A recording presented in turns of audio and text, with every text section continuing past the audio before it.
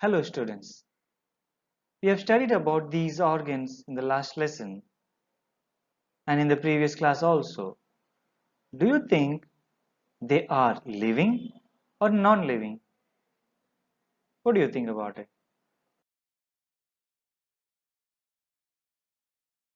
Now you see our hair, the nails we have. When you bite your nail, which is not a good habit, do you feel any pain on your nail? Or when someone catches and crushes your hair, do you feel the pain? No, right? What do you think? They are living? Think about it. What about these? On the right we have a long bone and on the left we have the thoracic cage. What do you think? These bones are alive when they are in the human body, or are they just made up of some chemical called calcium? What is your opinion about it? Students, we are going to learn about all this in this lesson. Dear students, it may seem like bones are the abiotic, that is, non-living components, but they are actually biotic components of the human body and play a crucial role in our survival. Today we shall study about the constituents as well as the types of bones from the lesson, our skeletal system and the skin. Let us see what these bones are made up of. First, bones are hard. We know that. They are not flexible.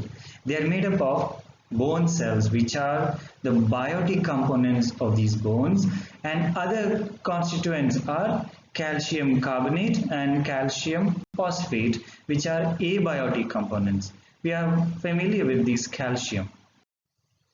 So students, we will be studying about different types of bones along with some activity throughout the lesson. So first, not all bones are same. Bones are different. Touch your head, it's a different type of bone. See your hands, it's a different type of bone. So there are mainly 4 different types of bones. First type is flat bones. You see your head, it's flat, it's kind of flat on top. So these type of bones are called flat bones. Next are small bones. Where do these small bones are found? No, they are here. Couples they are called as. No, small ones which help in the rotating movement of our hands.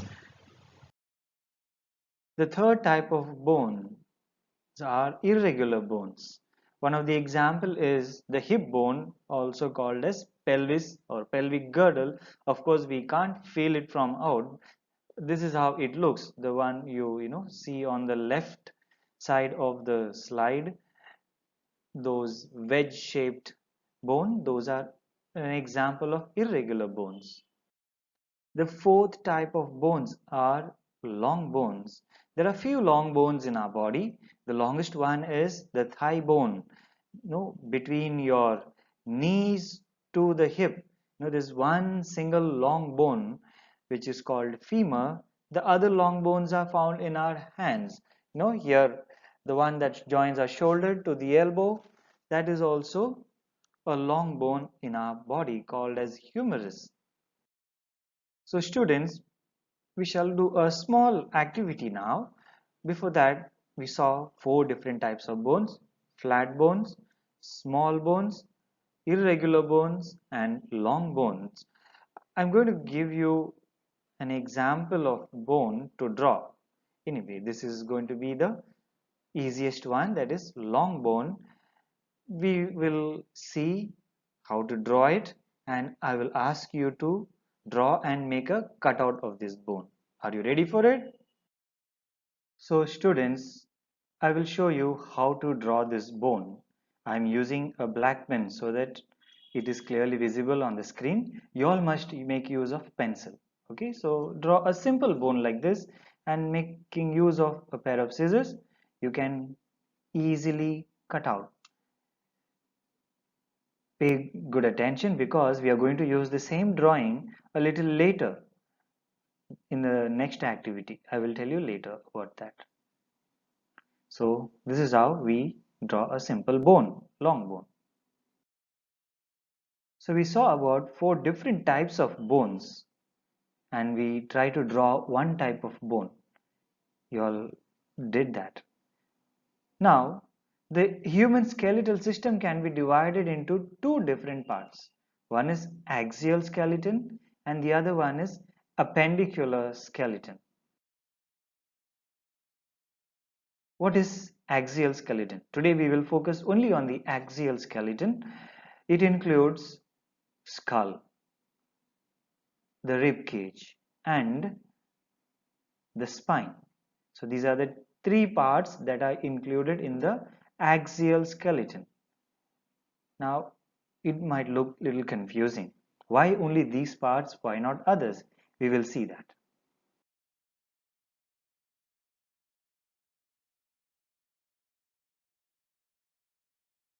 So axial skeleton, what does it mean?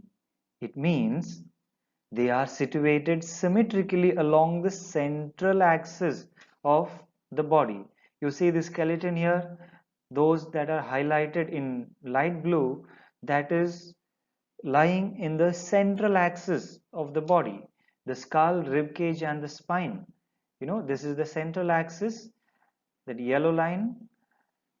These bones are lying across that central axis. That's why they are called axial skeleton. We will have a brief look at each axial skeleton, the skull, the spine, and the rib cage. Skull is one of the axial skeleton that lies along the central axis of the body. It is formed of bones of head and the face. Can you guess how many bones are there in the skull? There are 22 bones.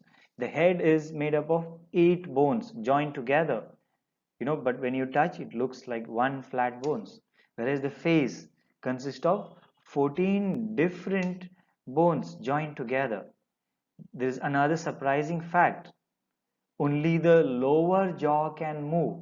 I'm talking we eat and we chew. This only the lower jaw moves.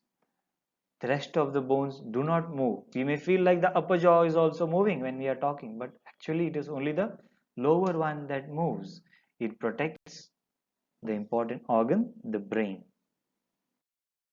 The next axial skeleton is the rib cage. Now, when you touch your chest on the right and the left, you will feel a line of bones. Those are the part of the rib cage. In the chest, there is one vertical flat bone. Now, you will see this, the front vertical one highlighted with that yellow arrow. So that is called sternum. All the rib bones, there are 12 of them, all of them are joined in the front to the sternum and at the back to the spine, and total 12 pair of bones, that is 12 on the right and 12 on the left, and the sternum, including that there are 25 bones. The third axial skeleton is spine. It is also called backbone or vertebral column. Students, the spine is formed of 33 different bones. It may look like one long structure, but it is 33 padlock shaped bones placed one above the other to form a single long structure. It is flexible. Because the backbone is flexible, you are able to move forward and bend backward, and we are able to stand erect because of backbone, and they are arranged flexibly. This flexibility gives us the ability to bend and forward and backward. The main function of this backbone is it protects the spine that comes from the brain. It originates from the brain and it runs downwards. It runs through the spinal cord. It means spinal cord is like this and it is running inside of it. Have you seen this image anywhere? It might look scary, you know, danger, khatra. Where do you find this? Usually we find it outside the electric meter box to give us a warning, to warning, to represent danger, that you should not come closer. If you find these kind of symbols, you can stand far and look. You are not supposed to go closer. But why do you think, what do you feel by looking at it? Why this symbol is used? What do you feel about it? Is this symbol meant to scare us? Are we supposed to look at the skull and the bone and get scared and run away? It has a deeper meaning. Isn't it a way of adding meaning to the bones? Some of the bones that we have just studied, we studied about the skull bone, how many bones it is made of. We studied about long bones of the leg, and we made a drawing also on the paper and cut out. You must be having with you still. They are used in combination. These three bones are used to convey some message. This message is symbolic reminder to those who are looking at it. Don't come closer to this meter box. You are alive and your life is precious. If you come closer to this electric box, you may get a shock and your life may be in danger. Isn't it beautiful? We use some of the bones to communicate some good meaning. Now, after having understood this, I'm going to give you an activity. What you have to do is you have to draw the same image but differently. Same image means what? The skull and the two bones. But where? We find it on the meter box. You are supposed to draw it on something, on something that you find is in danger, and write a symbolic meaning that considers life as precious. I will give you one example. See, now I am going to draw this symbol on this. Now, what is happening here?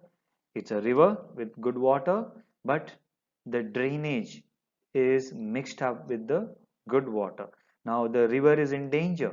So, I am drawing this symbol on the river and giving a message that water is life, pollutants are dangerous, and it kills life.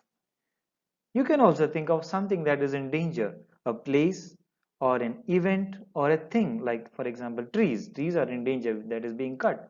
You can draw it on a tree and write a life-giving message, write a symbolic meaning, or anything that you think is in danger. That is the activity that you are supposed to do it. I'm going to give you some time now. You can complete that. So students, we saw about four different types of bones, and we saw about axial skeleton. We did not study about appendicular skeleton, that will be done in the next lesson. Then finally we saw some human bones are used symbolically to represent dangers, and that reminds us to protect life. We also did some activity representing the same symbol in order to give a life-giving message. Students, have you seen these kind of postures in old people?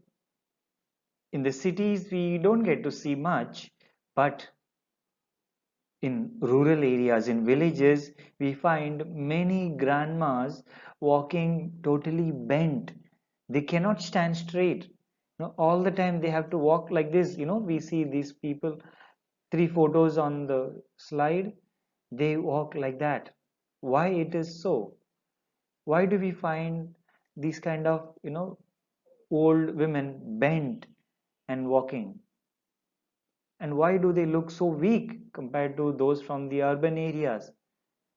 Not only that, old people, or even if you come take two persons from urban and village of same age, you find often a person in the rural area looking more older than urban areas.